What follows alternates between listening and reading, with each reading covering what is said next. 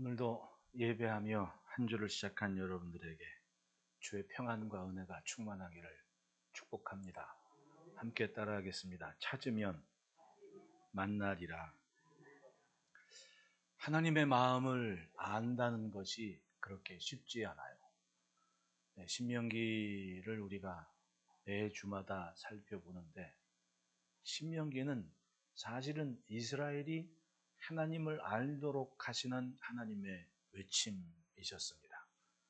특히 1장부터 4장까지는 이스라엘이 기억하게 해요. 하나님께서 이스라엘에게 어떤 의미로, 어떤 뜻으로 나타나셨는지를 기억하게 합니다. 출애굽부터 아브라함 이야기부터 하나하나 기억을 끄집어내서 하나님께서 이스라엘을 어떻게 위하시는지를 알게 하시는 겁니다. 그런데 여러분 가만히 보십시오. 지금 가데스 바네아에서 세렛 시내까지 38년 걸렸다고 얘기하지 않습니까? 모압 땅까지 오는데 그 38년 동안 애굽에서 나왔을 때의 성인, 전쟁에 참여할 만한 수 60만 중에 여호수아와 갈렙 빼놓고는 다 죽은 겁니다. 한 세대가 광야에서 다 죽은 거예요.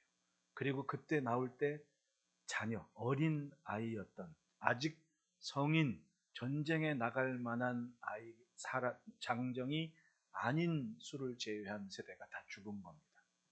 그리고 그 다음 세대가 일어났는데 그 다음 세대에 하나님의 말씀이 들려지는 겁니다. 똑같아요. 어디부터 생각하게 합니까? 조상들을 사랑하셔서 너희가 지금 여기에 있다. 가끔 우리는 잊을 때가 있습니다. 여러분, 사랑 때문에 정말 귀한 것을 버리신 적이 있으십니까? 사랑 하나 때문에 정말 귀한 것을 포기하신 적이 있냐는 말입니다. 하나님은 사랑 때문에 정말 귀한 아들 예수 그리스도를 버리셨습니다. 우리는 그걸 잊고 살아요. 내 인생의 가치는 하나님께서 나를 보실 때는 아들 예수를 희생할 만큼의 가치를 내가 오늘 갖고 있다. 그러니 얼마나 내 삶이 존귀하고 하나님 앞에 소중합니까? 이스라엘을 하나님의 약속의 땅에 이르게 하시기 위해서, 아브라함과의 약속을 지키기 위해서 이스라엘이 이 모압 땅까지 이르기까지 출애굽할 때에는 아프리카 대륙에서 이집트와 또 구스와 또 스바가 제물로 바쳐졌다고 얘기를 합니다. 나라 3개가 무너진 겁니다. 이스라엘 하나 때문에요. 하나님께서 모든 것을 만드셨는데 기꺼이 버리신 겁니다. 약속과 사랑 때문에. 목적이 뭐였습니까? 40절을 보면 하나님의 마음은 한결같습니다. 오늘 내가 내게 명령하는 여호와의 규례와 명령을 지키라. 너와 내 후손이 복을 받아 내 하나님 여호와께서 내게 주시는 땅에서 한없이 오래 살리라. 하나님은 이스라엘이 하나님의 자녀가 잘 살기를 바라셨습니다. 오래 잘 살기를 바라셨습니다. 얼마나 참 단순합니까? 가만히 보면 우리는 세상과 아무런 상관이 없는 것처럼, 마치 신앙이 철학인 것처럼 착각을 하며 사는데, 하나님께서 바라보실 때는 우리의 고귀한 삶을 보신 겁니다. 이 삶이 하나님의 뜻을 나타내고 하나님께 영광을 돌리고 하나님의 생명이 보이고, 그래서 등불을 켜서 등경 위에 둔다고 합니다. 너희 착한 행실을 통해 사람들이 하나님께 영광을 돌리라고 예수님도 말씀하셨습니다. 잘 사는 것을 기대하셨다는 얘기예요.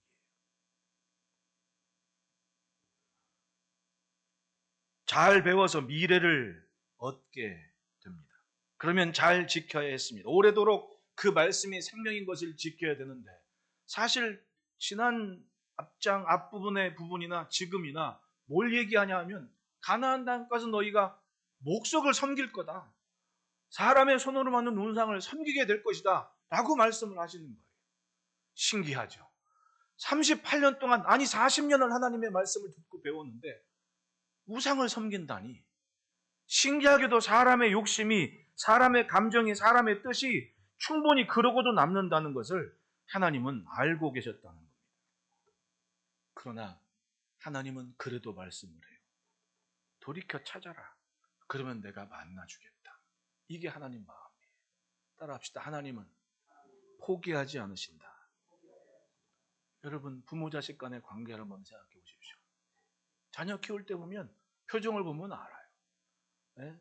애들은 성장은 자기가 다 알고 지내는 것 같아. 엄마 아빠가 모르는 것 같아. 근데 할머니 할아버지 엄마 아빠가 애를 보면 알죠. 그 표정이 어떤 때인지. 왜? 살아봤으니까 아는 거예요.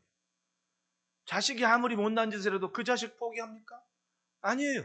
늘 준비를 하고 있습니다. 꾸짖을지라도 채근을 할지라도 마음은 한결 같습니다. 이 자식 커서 잘 돼야지. 하나님께서 가나안 땅 들어가는 이스라엘을 향하는 마음도 똑같아요. 이미 보고 있었습니다. 우상을 섬길 거를. 그걸 알기 때문에 귀에 못이 박히도록 설명을 해서 전멸할 거다라고 말씀하시지만, 그러나 나를 찾으면 만날 거야 라고 말씀을 해요. 참 묘하죠. 하나님의 마음이 그렇다는 얘기입니다. 알고 계셨습니다. 하지만 이 관계는 절대적이었습니다. 어떤 희생이 있더라도 내가 너 하나는 잘 살게 할게 라는 마음처럼 이스라엘을 그렇게 대해 주시더라는 겁니다. 말할 필요 없이 우리가 믿는 하나님은 우리의 창조의 주인이십니다. 믿으십니까? 어떤 관계보다 예수를 믿는 우리를 우선시하신다는 얘기입니다. 앞에 4장 19절 말씀처럼 해건 달이건 별이건 짐승들이건 뭐건 다 우리를 위해 배정해 놓으셨다고 얘기를 합니다. 눈 뜨고 딱 나가면 세상 무엇이건 하나님의 자녀를 위해 존재하도록 그렇게 세상을 만들어 놓으셨다는 거예요. 여러분 믿으십니까? 하나님의 손길이 매일 우리를 지키고 있다는 겁니다. 왜? 나 하나 살리려고, 나 하나 구원하시려고 아들 예수를 희생하셨거든요. 반드시 찾으신다는 얘기입니다. 하나님의 마음을 알면 실족하지 않습니다. 하나님의 마음을 알면 엄한 데 가서 헤매지 않습니다. 모세는 자신의 삶은 그 자리에서 끝날지라도 가나안 땅 들어가는 이스라엘이 절대적으로 그 하나님을 놓치지 않기를 하나님을 설명해주고 하나님을 알려주시는 거예요. 하나님이 어디 계시냐고 부르짖을 일이 아닙니다. 성경은 분명히 있습니다. 살아계신 말씀. 따라합시다. 성경을 펼칠 때 내게 말씀하신다. 진지하게 한 구절 한 구절 읽다 보면 그 음성이 들리는 거예요. 모세가 전한 하나님의 모습을 보십시오. 첫째, 따라합시다. 자비하신 구원자이시다.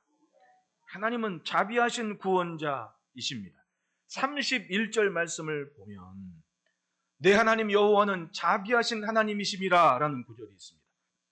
25절 26절에는 내가 그 땅에서 아들을 낳고 손자를 얻으며 오래 살 때에 만일 스스로 부패하여 무슨 형상의 우상이든지 조각하여 내 하나님 여호와 앞에 악을 행함으로 그의 노를 일으키면 내가 오늘 천지를 불러 증거를 삼노니 너희가 요단을 건너가서 얻는 땅에서 속히 망할 것이라. 너희가 거기서 너희의 날이 길지 못하고 전멸될 것이니라. 전멸된다 그래요, 우상을 섬기면.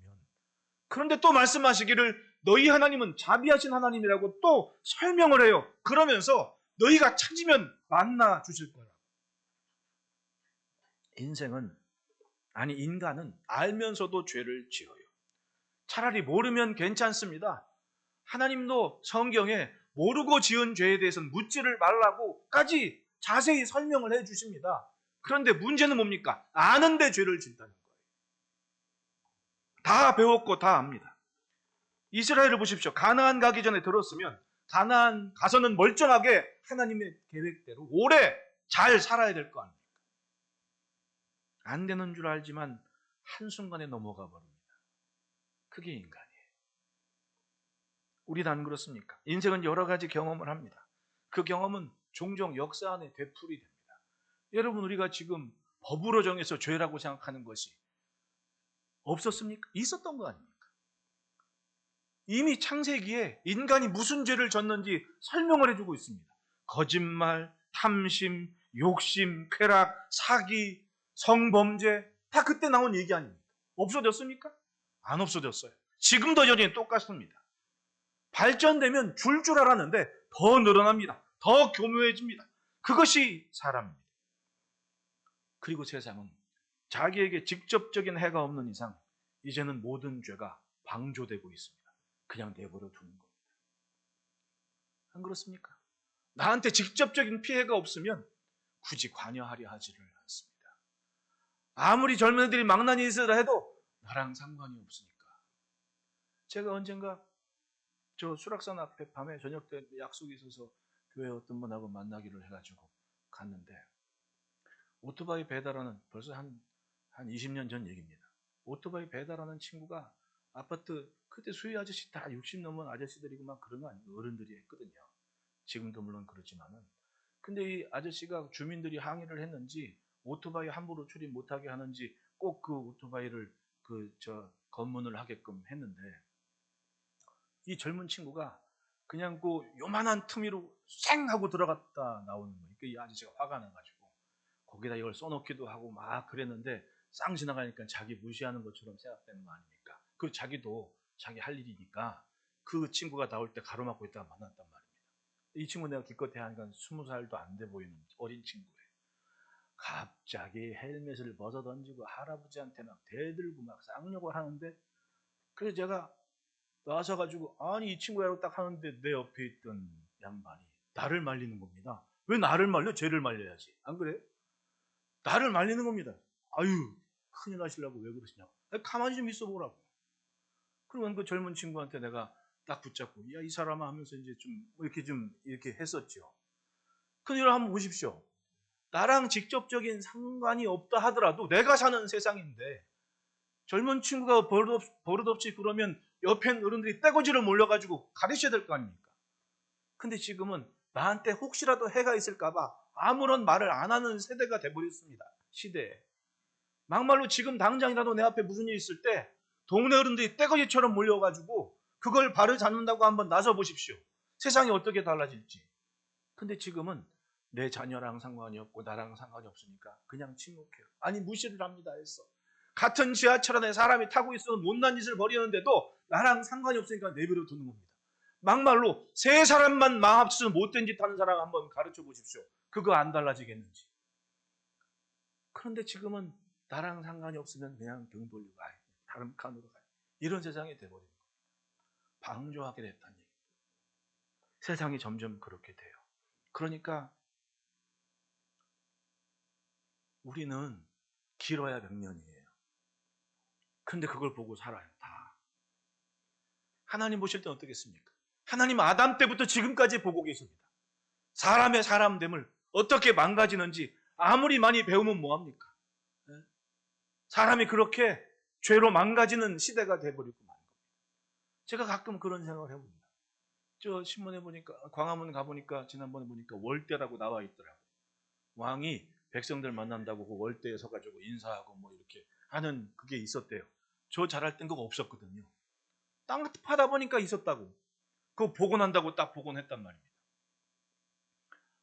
고고학 연구하시는 분들이 뭐 중동 지역이나 그 이스라엘이나 다녀보면 이스라엘을 여행할 때 텔 뭐 아비브 뭐 텔 뭐 가자 이런 거 나오잖아요. 그 텔은 언덕이라는 뜻이거든요. 왜 언덕이 됐냐 하면 문명이 하나가 사라지고 하나가 생기고 하나가 생기고 그럼 하나 무너지고 거기에 먼지가 뭐 쌓이고 흙 쌓이고 그래고 또 아무것도 없는데 또 누가 집 짓고 살고 하다가 한층 생기는 겁니다. 지금 이탈리아 로마에서도 파보면 뭐가 나오잖아요. 어느 시대 또 파보면 또 나오잖아요. 그 시대를 살았던 사람들 생각을 한번 해봅시다. 내 세상인 줄 알고 우리가 사는 세상이 전부인 줄 알고 사는데 어느 순간 사라진 거 아닙니까? 지금 우리가 사는 이 시대가 그 시간 안에 있다고 왜 생각을 못하는 겁니까? 천년만년 이 땅에 살 겁니까? 언젠가 먼지가 되고 흙이 되는데 그리고 먼 훗날에 누군가 땅 파다가 이게 2025년이라고 써있네? 라고 발견할 수도 있는 얘기 아닙니까? 그런데 사람은 그 한계를 모르고 자기 중심으로 자기 뜻이 옳은 줄 알고 그렇게 사는 겁니다. 진지하게 창조의 주 앞에 그 음성 듣기를 기다리지를 못한다는 얘기입니다. 28절에 너희는 거기서 사람의 손으로 만든 바 보지도 못하며 듣지도 못하며 먹지도 못하며 냄새도 맡지 못하는 목석의 신들을 섬기리라. 하나님은 뻔히 아셨습니다. 앞으로 가나안 가서 어떻게 살지, 가나안이 어떤 모습일지 정말 중요한 걸 하나님은 말씀하시는데 사람은 귀에 못이 박히도록 들어도 그게 왜 중요한지를 모르고 사는 겁니다. 그리고 내 맘대로 살고 싶은 마음이 생기는 거예요. 이 시대가 이 시점이 어느 때였습니까? 광야를 지나서 가나안 들어가기 직전입니다. 여러분 40년 동안 매일매일 모세에게 하나님과 직접 대면한 종에게 하나님의 음성을 직접 듣고 온 자기들의 눈앞에서 불꽃 가운데 말씀하신 그 하나님과 대면한 종이 매일 자기를 가르쳤어요. 40년. 네. 그러면 솔직히 그 직접적인 배움을 받은 이들이 얼마나 달게 그 말씀을 받았겠습니까? 그리고는 들어갔는데 결과적으로는 어떻습니까? 그 자녀들이 하나님 없이 살더라는 거예요. 왜 가족이 함께 예배하는 게 중요합니까? 기억이 끊이지 않게 하는 겁니다. 이게 정말 중요한 거예요. 지금 사실상 애굽에서 나온 세대는 다 죽었습니다. 근데 하나님은 모세를 통해 너는 똑같이 이스라엘을 보고 말씀을 하시는 거예요. 세대는 바뀌어도 하나님 보실 때는 이스라엘이라는 얘기입니다. 그 기억을 놓치지 말라. 광야에서 태어났는데 출애굽한 얘기를 또 하고 있지 않습니까? 같은 세대가 절대로 하나님의 은혜를 놓치지 않도록 말씀을 하고 계시는 겁니다. 하나님은 사람을 아십니다. 그러나 자비하신 하나님은 그들을 향한 계획을 포기하지 않고 또 준비를 하십니다. 29절에 그러나 내가 거기서 내 하나님을 찾게 되리니 만일 마음을 다하고 뜻을 다하여 그를 찾으면 만나리라. 이 모든 일이 내게 임하여 환난을 당하다가 끝날에 내가 내 하나님 여호와께로 돌아와서 그의 말씀을 청종하리니. 예, 죄 짓고 회개하고 돌아올 것 알고 계시지만 하나님은 싫다 아니하시고 그런 인생들을 다 받아주신다는 거예요. 따라합시다. 찾으면 만나주신다. 역사를 보면 인생이 하나님을 떠나도 하나님은 저버리지 않으시고 견디지 못해 하시며 기다리시더라는 거예요. 그것이 아들 예수를 보내신 사랑 아닙니까? 하나님이 세상을 이처럼 사랑하사 독생자를 보내셨다. 사랑하시는 곳입니다. 포기하지 않으십니다. 하나님 앞에 하나님을 찾는 진지한 삶이 있을 때 그때 하나님은 자비하시다. 둘째로는 따라합시다. 눈으로 보게 하셨다. 하나님은 듣고 또 보게 하십니다. 32절에는 내가 있기 전 하나님이 사람을 세상에 창조하신 날부터 지금까지 지나간 일을 상고해 보라. 하늘 이 끝에서 저 끝까지 이런 큰일이 있었느냐, 이런 일을 들은 적이 있었느냐. 36절에 여호와께서 너를 교훈하시려고 하늘에서부터 그의 음성을 내게 듣게 하시며 땅에서는 그의 큰 불을 내게 보이시고 내가 불 가운데서 나오는 그의 말씀을 듣게 하셨느니라. 하나님은 역사를 통해 유일한 하나님이신 것을 깨닫게 하셨습니다. 듣게 하셨고 보게 하셨습니다. 살아보니까 하나님처럼 그런 분이 없더라는 겁니다. 자기 아버지, 사실은 이 앞에 있는 사람들 중에서는 10살, 애굽에서 나올 때 10살이었던, 우리 정확히 구분을 하자면 10살의 미만이었던 애들은 안 죽었습니다. 아직 전쟁에 나갈 만한 사람 수에 들지 않을 때는 살아있거든요. 그러면 어린 시절에 이 애들의 추억은 40년 광야 생활하면서 말씀을 들으면서 배운 겁니다. 나 어릴 적에 애굽에 이런 일이 있었는데 재앙이 막 퍼부어지고 나 어릴 적에 개구리가 온천지에 뛰어났었어. 이런 얘기하면서 야, 아빠가 어릴 적에 하나님이 우리를 이스라엘에 건질 때 너 할아버지가 이렇게 했다. 이런 얘기 할 거 아닙니까? 그렇게 같이 광야를 살면서 나이 50이 넘어간 겁니다. 이 사람들은 압니다. 애굽에서 어떤 일이 벌어졌는지를 알고 기꺼이 미래 세대와 함께 연결고리가 돼서 창조의 주인 되신 하나님이 아브라함을 부르신 것부터 어떻게 우리 안에 있었는지를 자기 자녀들에게 늘 설명하는 세대라는 겁니다. 그러니까 모세가 얘기하는 거예요. 지나간 일을 상고하여 봐라. 세상 어떤 신이 이런 일을 했느냐. 왜? 자기들이 어릴 적에 살아봤거든요. 애굽에서. 다 돌로 만들든지 나무로 만들든지 오만잡다한 신들을 다 만들었는데 한 번도 말하는 걸 못 봤거든요.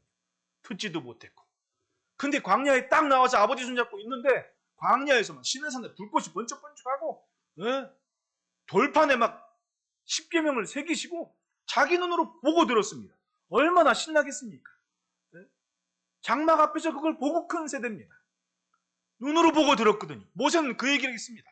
지나간 날을 한번 상고하여 봐라. 기억하지? 하나님은 그렇게 역사하셨다. 애굽에서 기적 같은 일이 벌어진 겁니다. 바로가 이스라엘 사람들을 죽인다고 막 계획을 막 다 짜가지고 산파가 아기를 낳으면 다 죽이라고 산파들한테 명령을 했는데 성경은 얘기해요. 하나님께서 산파들에게 은혜를 입고 감동을 주셔서 꾀를 냈는데 히브리 사람들은 정말 튼튼해가지고 우리가 애 받으러 가기 전에 애가 순풍하고 나와버린다. 어떻게 할 수가 없다고 그렇게 꾀를 짜가지고 이스라엘 애기들이 막 살았습니다. 야, 다 죽는데 우린 살았구나. 그러고 난 애들 아닙니까? 어? 전쟁에 나가지 못하는 그 아이들은 그것 때문에 산 애들이에요. 쉽게 말하면. 산파들이 꾀를 짜가지고 다 죽는데 살았단 말입니다. 그리고 잠시 있다가 발람이 꾀를 짜가지고는 저 사람들 끝장내려면 애기들이 나거든 강물에다 던져버려야 됩니다. 그 바로가 명령을 합니다.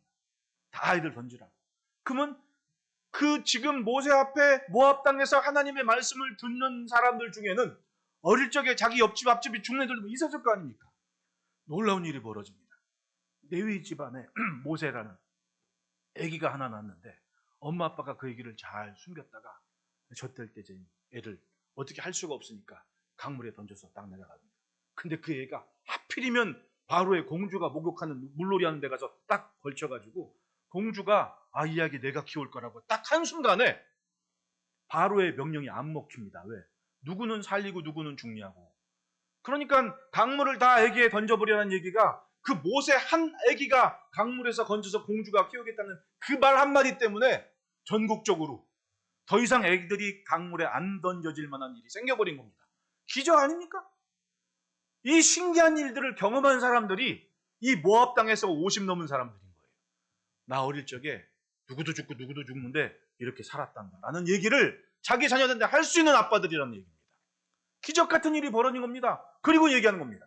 지나간 일을 한번 생각해봐라. 가만히 생각해보니까 맞아요. 하나님이 하시는 일입니다. 마주보고 인사하십시다. 하나님이 하셨습니다. 잘 생각해 보십시오. 오늘의 내가 있기까지 하나님께서 얼마나 기막힌 일들을 펼쳐가셨는지 생각하면, 기억하면 놓치지 않습니다. 그렇게 시험과 이적과 기사와 전쟁과 강한 손과 편팔과 크고 두려운 일을 행하신 이유가 뭐냐? 35절 이것을 내게 나타나심은 여호와는 하나님이시오 그 외에 다른 신이 없음을 내게 알게 하려 하십니다. 우리도 마찬가지입니다. 흘러간 과거에서 찾아야 하는 것은 하나님의 발자취입니다. 그걸 놓치면 안 돼요. 얼마 후면 3.1절입니다. 1919년 3월 1일 자주 독립을 외치며 한거 운동을 했습니다. 전국적으로. 근데 그 일이 전후에 우리나라 이 한반도의 상황을 한번 보십시오. 네덜란드 예전에 유럽의 자제들은 있는 집 자제들은 모험이나 도전을 굉장히 중요시 여겼습니다. 그러니까 있는 집 자제들은 시간이 되면 애들한테 엄마 아빠가 후원해가지고 마차를 타든 뭐하든 전방 세계를 돌아. 여러분 제 나이 또래 되시는 분들은 어릴 적 만화 학교에 꼭 뒤에 서구에 꽂혀 있는 만화책 중에 하나가 80일간의 세계 일주라는 책을 여러분 기억하시는 분도 있을 겁니다. 그거 영화로도 만들어졌거든요. 유럽 사람들은 다 그렇게 자제들을 그렇게 세계 일주 견문을 넓힌다고 보냈거든요. 근데 그 중에 어떤 네덜란드 사람이 우리나라 왔었습니다. 그런데 그때 당시에 막 일본 군인들이 아주 조용하게 자기들 나름 신사적으로 우리나라에 진출하고 있었을 때였거든요. 그때 당시에 기록에 따르면 농부들이 농사를 지어가지고 70% 이상을 이놈저놈 떼줘요. 사또, 이방, 관리 떼주고 나면 자기들이 정작 가질 수 있는 것은 30%도 안 된다는 얘기 기록에 남겨놨습니다. 그러니까 이 네덜란드 사람들이 보는데 신기한 겁니다. 아니 남의 나라 군대가 총을 뒤집어 총으로 무장을 하고 마을 안으로는 안 지나오지만은 농사 짓는 마을 지나면서 마을 어귀에 진을 치고 텐트를 치고 있는데 이 조선 사람들은 땅만 파고 농사를 짓고 있더라는 겁니다. 그러니까 이 사람이 아니 당신들은 남의 나라 군대가 와서 저렇게 주둔하고 있는데 아무렇지도 않소? 그러니까 농사 짓는 농부가 그 얘기하대요. 저놈들보다 이놈들이 나빠요. 저 사람들은 나한테 피해 주는 거 없습니다. 나한테 곤란을 주는 것은 사또나 관리들이 힘들게 만듭니다. 이러더라는 거예요. 그리고 있다가 나라 뺏긴 겁니다. 세종대왕이 한글을 창조했다고 한들 1919년이니 뭐 이럴 때 전후로 우리나라 문맹률이 얼마나 높았습니까? 한글이 그렇게 쉽다고 해도 한글 읽을 줄 아는 사람이 별로 없었습니다. 눈 뜨고 있어도 헐버트 선교사님이 그러잖아요. 학교를 만들고 애들을 모아놨는데 세계의 지도를 펼쳤는데 아무것도 모르는 거예요. 아는 나라가 중국, 일본, 조선 4개까지 가는 청년이 없더란 얘기입니다. 그게 그 당시 상황이었습니다. 그런데 선교사님들이 공부를 시키고 교환에 글 가르치고 음악도 가르치고 영어도 가르치고, 언더우드 목사님이 우리나라 최초로 영한사전 만든 거 아니에요? 네? 게일 선교사님 통해서 영어를 한글로 바꾸는 거, 헐버트 선교사님한테 한글을 영어로 바꾸는 거, 이걸 해가지고 인쇄할 만한 공간이 없어서 일본 요코하마 가가지고 거기서 인쇄소에서 출판해가지고 영한사전 만들어냈습니다. 목사님이 한 거예요. 이거 여러분 배웠습니까? 저도 학교에서는 안 배웠습니다. 돌아온 만잘치를 보면 하나님의 구원의 역사가 분명히 있었는데 학교에서도 교회에서도 안 가르쳐주는 겁니다. 얼마나 창피합니까? 분명히 하나님께서 하신 일이 아니면 없을 뻔한 미래를 지금도 누리고 있는데 교회에서조차 그걸 안 가르치는 거예요. 얼마나 불행합니까? 1919년 당시에 이제 뭐 이렇게 저렇게 하고 뭐 미래에 대해서 막 고민하고 그런 청년 중에 한 명이 뭐 안창원이 뭐 여러 가지 뭐 있지 않습니까? 그 중에 하나가 우남 이승만. 영특해가지고 뭐 유교에 심취해가지고 친구가 처음에 예수 믿으라 그럴 때 엄청 교만해가지고 자기는 그래도 왕족인데 이러면서 살았대요. 근데 어찌 하다가 막 이러면서 뭐 고종황제 퇴위 운동하고 그러다가 잡혀가지고는 한성 감옥에 있는데 거기서 성경을 딱 받은 겁니다. 성경을 읽는데 독립신문에 이걸 기고를 해요. 제가 글을 한번 적어봤습니다. 예수교로 변화시키는 법이 아니면 독립하는 생각이 날 수 없는 고로 유지각한 이들은 다대한 여망을 예수교회에 바라는 바라. 1장 기고문을 기사를 낸 겁니다. 뒷부분에 보면 마땅히 만국의 왕이시고 만국의 왕의 왕이신 예수 그리스도로 우리 왕을 삼아 사계와 정욕의 모든 상전 다 버리고 함께 돌아와 만세에 빛난 용상 앞에 머리를 숙이고 모두 천국을 위하여 싸우는 강병이 되어 사탄과 세상을 쳐서 이기고 만국을 합하여 한 천국을 만들고자 함이니라는 이 소원이 한 청년을 키웠고 영어 공부 열심히 해서 나중에는 자기를 퇴위운동해서 막 미움털 박혀가지고 감옥에 갇혀있는 이승만을 선교사님이 이 젊은이는 꼭 살려야 된다고 막 해서 죽을 뻔하고 살려낸 다음에 지나고 보니 영어를 기가 막히게 해가지고 고종황제가 이 양반을 미국으로 사신으로 보낸 거 아닙니까? 여권 만들어가지고 우리나라에 독립을 위해서 가서 좀 애 좀 써라 애쓰다가 일본이 확실하게 우리의 주권을 빼앗아 버리는 바람에 이도저도 아니어가지고 미국에 놀러 앉아서 공부를 했다는 얘기를 해요. 그럼 그 시대 분위기 보십시오. 지금 우리의 지식이나 경험이나 문화적 수준도 없는 그때 그 척박한 땅에서 예수를 만난 몇몇 선각자들이 하나님께 맡기고 기도한 결과가 지금 우리 아닙니까? 이걸 교회에서도 말을 안 하는 겁니다. 얼마나 불행합니까? 그분들에게는 한 가지 분명한 뜻이 있었습니다. 이 나라를 살리는 길은 경제의 중흥도 도덕 향상도 사회 발전도 아닌 오직 성경이 이 나라를 흥왕케 한다. 이 믿음은 가졌었어요. 가만히 보니 이런 독실한 신앙이 남다른 존재감을 가지고 성장한 이유가 아니었나라는 생각을 제가 목사기 때문에 그런지는 모르지만 그런 생각은 항상 하고 있습니다. 그 이전의 역사를 보십시오. 조선 때는 유교가, 고려 때는 불교가 여기저기 절간 있고, 여러분 안창호 선생님 말씀처럼 귀신에 사로잡힌 땅이었습니다. 이 땅이. 저 어릴 적에도 저희 부모님 세대에도 귀신에 잘 보이려고, 아니 귀신을 속이려고 했던 분이에요. 제 친구 목사 아버님이 교회 섬기면서 아주 평생을 한 교회 섬기면서 아주 은혜롭게 하고 지금은 이제 은퇴를 하셨지만, 아버님 그걸 얼마 전에 알았어요. 아버님 함자가 남자 출자인데 고향만 가면 판자 출자로 부르다. 판초라 할머니들 부르다고 어릴 적에 내 친구가 그 아버지한테 물었다는 거예요. 그걸 그때도 모르는데 어머니가 돌아가시기 전에 그 얘기를 해서 알았다는 거예요. 사실은 어릴 적에 아버지 딱 낳았을 때 지나가는 중 하나가 집에 들어와가지고 이 애기 팔지 않으면 죽는다고. 세도를 못 넘기고 죽을 거라고. 그러니까 이 엄마도 할머니가 막 겁이 나가지고 어떡하냐, 애는 살려야지. 그러니까 옛날에는 애 낳고 죽은 경우가 많잖아요. 그냥 막 저만 하도 뭐 제 위로 누나 하나가 그냥 아기 때 죽었거든요. 그건 많았습니다, 옛날에는.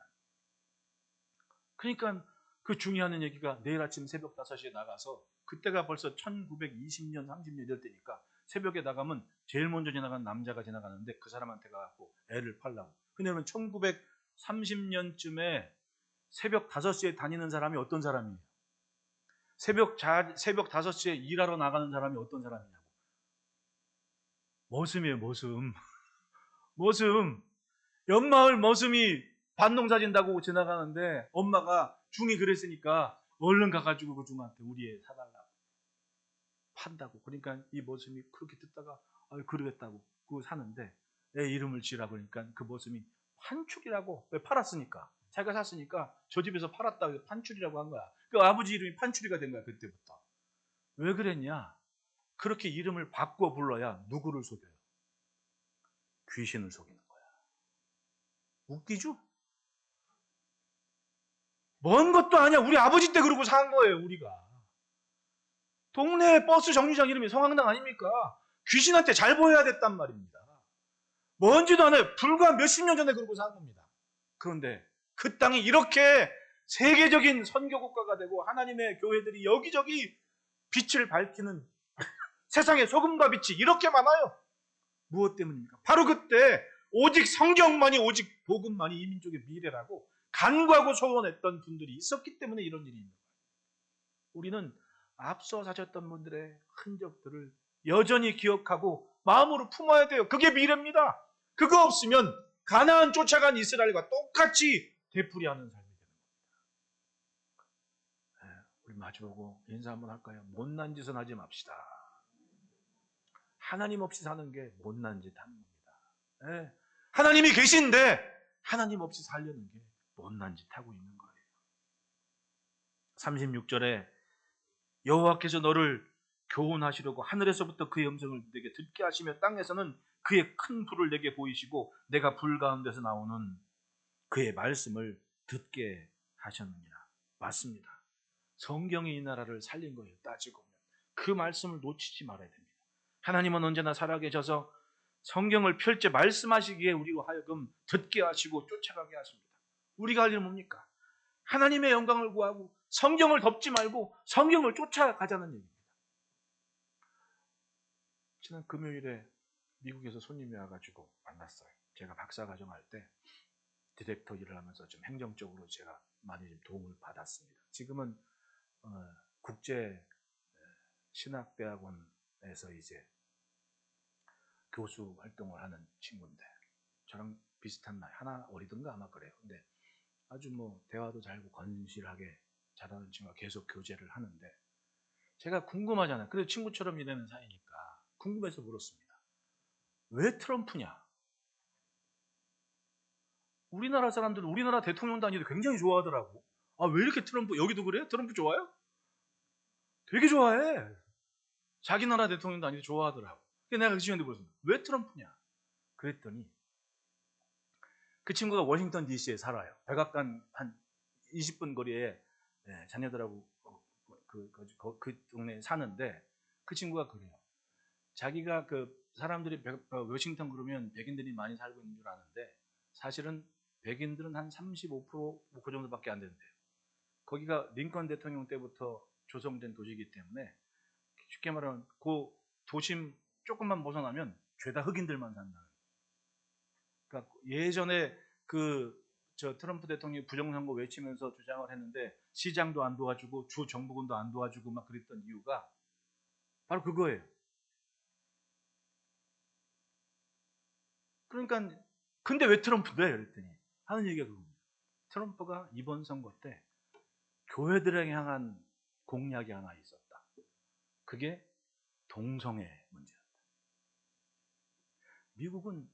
미국의 제일 큰 교단 중에 하나가 PCA 교단인데 거기는 동성애자한테 목사 한 수를 주기 시작했습니다. 근데 그걸 그동안 잠잡고 있던 교인들이 걱정을 하고 두려워하는 겁니다. 왜? 성경을 덮어버린 겁니다. 성경을 덮어버린 거예요. 위기의식을 느낀 겁니다. 자기가 참석하는 게 무슨 개혁 교회인가 뭐 어떤 신학자가 세운 교회인데 한인 교회가 아니고 뭐 여러 백인들하고 이런 사람들하고 있는 교회에 출석을 하는데 예전에는 선거 때 이런 말도 안 했고 교회 안에 절적으로 이런저런 얘기가 지금도 안 한대요. 교회 안에서는 절대적으로 안 하는데 예전과는 다르게 지난 선거 때는 조용히 가서 투표를 하고 오더라는 거예요. 조용히. 그 중에 가장 큰 이유가 그러니까 트럼프가 대통령 된 이유는 자기는 한 가지다. 그동안 잠잡고 있던 크리스찬들이 그거 하나 보고 대통령 찍었다. 그러니까 여러분 보십시오. 대통령 당선 딱 다음에 취임하고 나서 121개인가 그 행정명령 내릴 때 뭐 했습니까? 생태적 본질 회복을 했단 말이에요. 남자, 여자는 성경에 정한 대로 남자는 남자, 여자는 여자다. 성은 함부로 못 바꾼다. 못을 박아보고 행정명령을 내는 거예요. 어제 신문에 보니까 미국의 연예인 하나가 트랜스젠더야. 난 사진 이렇게 보니까 영락없는 여자예요. 근데 남자래. 남자였대. 그래갖고 야 이렇게 생긴 남자도 있었나? 근데 이 사람이 여권을 지난 정부 때는 그 성 전환을 했기 때문에 여자로 받은 거야. F. 그러니까 피메일 했단 말입니다. 여권 잊어버렸대. 그래서 신분증 받으러 가가지고는 행정국에 가가지고는 재발급 받는데 M으로 써주더래. 나 F였다고. 그러니까 그 관리가 당신 원래 M이었지 않냐. 대통령이 행정명령을 나눴는데 M은 M, F는 F. 본태적 그 성별은 바꿀 수 없다고 못을 박아버렸다고. 당신은 M이라고. 이것 때문에 샤이 트럼프 중에 대다수가 크리스찬이었던 겁니다. 그리고 몰표를 해버린 거예요. 웃기죠. 그리고 트럼프는 그걸 아는 겁니다. 니들을 안 거야. 이 사람들은 뭐가 중요한지 아는 겁니다. 그리고 아예 군대에서도 트랜스젠더는 다 12만인가 뭐 군인을 내보낸 겁니다. 그냥 그전에는 그러고 산 거예요. 그러면 여러분 생각해 보시라고. 그 동성이라는 게 떳떳하면 드러내놓고 살아야 될 거 아닙니까? 우리나라도 지금 에이즈 환자들 다 학문 선교하는 애들 아닙니까? 남자들이 학문 선교를 해요. 죄다 병 걸리고 에이즈 보균자고 그렇게 된단 말입니다. 그거 정부에서 다 세금으로 100% 치료를 다 해주고 있습니다. 그래 떳떳하면 알려야 될 거 아닙니까? 다 비밀로해 다. 아니 저렇게 막 퀴어 축제하고 난리를 치면서 그렇게 당당하다면 옆집 사람도 알아야 되고 이거 다 알아야 될 거 아닙니까? 당당하게 다 숨겨 다 비밀로 해. 그리고 나라에서 그거 어떻게든 치료를 해줘. 세상에 뭐 이런 세상이 다 있습니까? 멀쩡히 사는 사람은 마치 죄인처럼 숨어 지내야 되고 죄 짓고 사는 사람은 오히려 당당한 세상이 돼버리는 거. 이걸 싫어하는 거예요. 누가? 미국에 있는 크리스찬들. 가만히 보면 역사에도 면면이 잠잠히 숨지고 살아가던 크리스찬들이 어느 때 확실한 뭔가를 이루어낼 때가 있었습니다. 지금 그래서 트럼프 하는 거예요. 이 사람들이. 저 사람 아니면 못한다고. 그리고 그걸 지지한 겁니다. 웃기죠. 여러분 세상이 어떠하든 성도의 신앙은 분명한 겁니다. 사람을 통해서가 아니라 하나님께서 하시는 일 그걸 지켜가야 되는 거예요. 예수님도 말씀하셨습니다. 요한복음 5장 44절에 너희가 서로 영광을 취하고 유일하신 하나님께로부터 오는 영광은 구하지 아니하니 어찌 나를 믿을 수 있느냐. 주님께서 원하시는 것은 하나님께로부터 오는 영광, 하나님을 높이고 하나님 중심으로 이 성경이 여전히 하나님께서 말씀하신다. 그걸 믿고 그걸 나타내는 것. 여러분 성경을 덮는 순간 우리는 그냥 먼지더미 될 수 있는 겁니다. 모세도 지금 가나안 땅 들어가는 사대에 그걸 얘기하는 거예요. 말씀을 덮으면 너희는 전멸될 거다. 유일하신 하나님의 영광을 품고 그걸 믿고 살아야 됩니다. 그것이 하나님께서 말씀을 듣게 하시고 그리고 믿게 하시는 거예요. 솔직히 우리가 매번 하나님의 말씀을 듣고 그리고 지켜가는 그 삶을 통해 이루어지는 일들만 온전히 기억해도 얼마나 경건하고 얼마나 아름다운 삶입니까? 여러분 주의 뜻을 놓치지 않는 지혜로운 삶을 지켜갑시다. 셋째로 따라합시다. 헤아릴 수 없는 깊은 사랑이시다. 37절에 여호와께서 내 조상들을 사랑하신 고로 그 후손인 너를 택하시고 큰 권능으로 친히 인도하여 애굽에서 나오게 하시며 너보다 강대한 여러 민족을 내 앞에서 쫓아내고 너를 그들의 땅으로 인도하여 들여서 그것을 내게 기업으로 주려 하심이 오늘과 같으니라. 가나안 땅을 일구는데 이스라엘은 요만큼도 수고한 거 없습니다. 그런데 하나님은 가나안 땅을 주신다고 그래요. 왜? 조상들을 사랑하신 분. 하나님이 사랑하신 조상 때문에 너희도 사랑한다 하면서 일군 적이 없는 가나안을 주시겠다고 하는 겁니다. 사랑 때문에 모든 일을 행하셨고 사랑으로 행하신 결과들을 그 미래 세대들이 누리게 하신 겁니다. 그 택하심이 바로 오늘 우리의 삶인 거예요. 여러분, 매일 우리는 하나님의 배정하신 사물들 속에 나를 위해 그리고 하나님의 생각과 마음과 뜻이 내 생각과 마음을 감동하셔서 나로 하여금 오늘도 온전히 살게 하신 걸 믿고 삽시다. 저는 그건 생각해요. 내가 무슨 계획을 해도 하나님의 뜻이 온전할 때 하나님은 되게 하시고 이루게 하시고, 그러나 아닌 건 막아버리시고 안 되게 하시고 겸손히 억지로 그렇게 하려 하지 않습니다. 어떤 것이건 순리적으로 순탄하게 하나님께서 하시는 일, 반드시 하나님을 위해서 뭔가 해야 돼. 이외의 나의 일상은 그냥 되게 하시는 것, 그걸 믿고. 제가 언제 그걸 깨달았냐, 2002년도에 이스라엘을 갈 때 급히 갑자기 일주일 상간에 표 사고 막 그렇게 해야 돼가지고 이렇게 저렇게 하는 중에 비행기 안에서 막 계획을 짰죠. 책을 막 여러 가지 책을 해가지고, 그때는 휴대폰도 그렇게 저기 하지도 않을 때고 내비게이션 이런 거 없어가지고 지도책 가지고 돌아다닐 때였거든요. 그래가지고 이 책 저 책 막 해보니까 예루살렘에 어떻게 돌아다닐지, 버스를 타면 된다. 이렇게 하는데 숙소가 어디였냐면 피스갓제부였어요. 피스갓제부가 우리나라 말하면 늑대들의 언덕인데 이스라엘 사람들이 정착하면서 새롭게 정착촌을 만든 곳이거든요. 예루살렘 산봉우리 한 두어 개 넘어가서 한 20분 정도 되는 거리입니다. 거기에 이제 숙소를 얻어가지고 딱 계획을 그날 밤에도 딱 내일 아침은 이제 우리가 저 유대 광야로 나가자. 버스를 타고 예루살렘을 구경하고 거기서 이렇게 저렇게 돼서 예루살렘에서 몇 번 버스를 갈아타고 광야로 나가면 계획을 다 짰습니다. 딱 했는데 숙소 간 그날 수원인가 어디서 목회하는 어떤 목사님이 같은 숙소에 묵게 돼서 저녁을 같이 먹으면서 이런저런 얘기를 하는데 자기는 그 감람류를 연구하기 위해서 왔다는 거예요. 자주 왔대, 이스라엘을. 그러면서 제사장이 치료할 때 바르고 그런, 아마 내가 얼핏 말은 안 하는데 우리랑 좀 동네가 다른 양반 같아. 그래가지고 이렇게 깊이 저기 하지 않았는데 그분이 선뜻 그런 얘기를 합니다. 우리가 가려는 곳에 자기도 계획이 있으니까 우리가 같이 이렇게 네 사람의 뜻을 모아서 차를 하나 렌트해서 다닙시다. 가만히 들어보니까 비용을 따져보니까 얼추 좀 비슷한 것 같아가지고 그렇게 합시다 하고 그날 저녁에 밥 먹으면서 내가 계획했던, 우리가 짰던 계획이 바뀐 겁니다. 버스를 탈 계획이 렌트카로 바뀐 겁니다. 그리고 그 렌트카를 구하는 사무실까지 선교사님이 자기 차로 태워다 주기로 한 거예요. 양선 교사님 만나기 전이었죠. 그렇게 하기로 했는데 이제 가서 렌트카 해가지고 여기저기 돌아다니고 유대 광야까지 갔다 온 저녁에 기분 좋게 들어와가지고는 오늘 수고했다 하면서 저녁 먹는데 들어가자마자 그 집에 있던 선교사님이 얘기하는 거예요. 큰일 날 뻔했다. 뭔 일이냐. 그 신문하고 뉴스 보라고 뉴스를 틀었는데 그 피스갓제부에서 우리가 그 숙소에서 내려가 좀 언덕에 내려가지고 있는 버스 정류장에서 폭탄이 터졌다는 거예요. 버스가 터져버린 겁니다. 아니 목사님들 저 렌트카 안 했으면 저기 있을 거 아니냐고. 갑자기 들어왔는데 내가 피곤하고 이런 것도 없이 막 소름이 쫙 끼치는 겁니다.